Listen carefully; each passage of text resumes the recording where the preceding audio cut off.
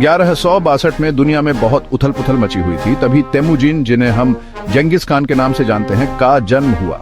Mongolian step में हर तरफ लड़ाई झगड़े होते रहते थे। अलग अलग क्लैंस में पावर के लिए भिड़ंत होती रहती थी। उनका बचपन बहुत मुश्किलों भरा था। उनके पिता का मर्डर कर दिया गया और उन्हें एक राइवल ट्राइब ने बंदी बना लिया था। इन सब मुश्किलों ने उन्हें सर्वाइवल के लिए तैयार किया और उनके मन में मंगोल्स को एक करने की जबरदस्त इच्छा पैदा हुई।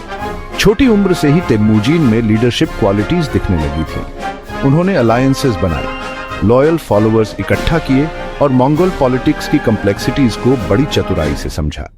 उनकी करिश्मा और विजन ने लोगों को उनकी तरफ खींचा और उनके फ्यूचर कॉन्क्वेस्ट्स की नींव रखी।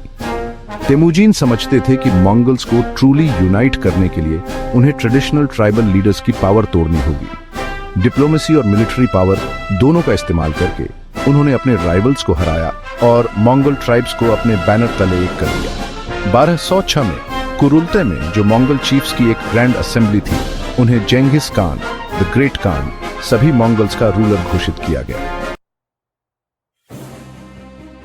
मंगोल ट्राइब्स को एक करने के बाद जेंगिस खान ने और भी बड़े लक्ष्य पर ध्यान लगाया। उन्होंने कई कैंपेन्स शुरू किए जिससे उनका एम्पायर स्टेप्स के बाहर बहुत दूर तक फैल गया। उनका एक अर्ली टारगेट नॉर्दर्न चाइना का जिन डायनेस्टी था। मंगोल्स अपनी हॉर्समैनशिप और आर्चरी स्किल्स के लिए जाने जाते थे और एक फॉर्मिडेबल फोर्स साबित हुए। जेंगिस खान ने नए नए टैक्टिक्स इस्तेमाल किए, जैसे फेन्ड रिट्रीट्स और एनसर्कलमेंट मैन्यूवर्स, ताकि बड़ी और बेटर इक्विप्ड आर्मीज को हरा सकें। उन्होंने सीज वॉरफेयर की इंपॉर्टेंस को भी समझा और चाइनीज इंजीनियर्स की मदद से पावरफुल सीज वेपन्स बनवाए, जिससे वॉल्ड सिटीज के डिफेंसेस टूट गए। ख्वारिज़मिड एम्पायर, एक पावरफुल स्टेट जो सेंट्रल एशिया के बहुत बड़े हिस्से पर राज करता था, एक और बड़ा ऑब्स्टिकल था। एक डिप्लोमेटिक इंसिडेंट के कारण जेंगिस खान ने ख्वारिज़मिड्स के खिलाफ कैंपेन शुरू की, जिससे मंगोल इंटरेस्ट्स की रक्षा के लिए उनकी रूथलेस प्रैग्मेटिज्म दिखाई दी।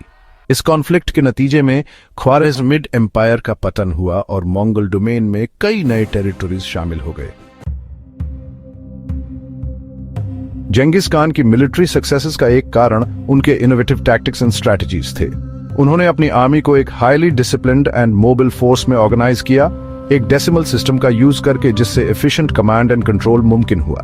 वो लिनेज से ज्यादा मेरिट को इंपॉर्टेंस देते थे और सोल्जर्स और जनरल्स को उनकी एबिलिटीज के आधार पर प्रमोट करते थे, उनके सोशल स्टेटस के आधार पर नहीं। बैटलफील्ड के अलावा जेंगिस खान एक एस्ट्यूट रूलर भी साबित हुए। उन्होंने ट्रेड की इंपॉर्टेंस को समझा और पैक्स मंगोलिका एस्टैब्लिश किया, जिससे उनके वास्ट एम्पायर में मर्चेंट्स और एनवॉयज का सेफ पैसेज इंश्योर हुआ। उन्होंने एक यूनिफाइड लीगल कोड यासा इंप्लीमेंट किया, जिससे उनके पूरे रेलम में ऑर्डर मेंटेन करने और जस्टिस दिलाने में मदद मिली। वो अपनी रिलीजियस टॉलरेंस के लिए जाने जाते थे और कॉन्कर्ड लोगों को अपना रिलीजन फॉलो करने की आजादी देते थे। इस पॉलिसी ने उनके रूल को कंसोलिडेट करने में और एम्पायर में कल्चरल एक्सचेंज को बढ़ावा देने में मदद की। उन्होंने कॉन्कर्ड सिविलाइजेशन से न्यू टेक्नोलॉजीज एंड आइडियाज को भी अपनाया, जिससे मंगोल एम्पायर और भी स्ट्रांग हुआ। जेंगिस खान की मृत्यु 1227 में हुई, लेकिन उनका एम्पायर उनके सक्सेसर्स के रूल में एक्सपैंड होता रहा। उनकी मृत्यु के समय मंगोल एम्पायर पूरब में पैसिफिक ओशन से लेकर पश्चिम में ईस्टर्न यूरोप तक फैला हुआ था। यह ह्यूमन हिस्ट्री के सबसे बड़े कंटिग्यूअस लैंड एम्पायर्स में से एक था। उनकी कॉन्क्वेस्ट्स का वर्ल्ड हिस्ट्री पर गहरा इम्पैक्ट पड़ा और यूरेशिया के पॉलिटिकल एंड कल्चरल लैंडस्केप को रीशेप किया। उन्होंने मिलिट्री इनोवेशन, एडमिनिस्ट्रेटिव एफिशिएंसी और कल्चरल एक्सचेंज की एक लेगेसी छोड़ दी।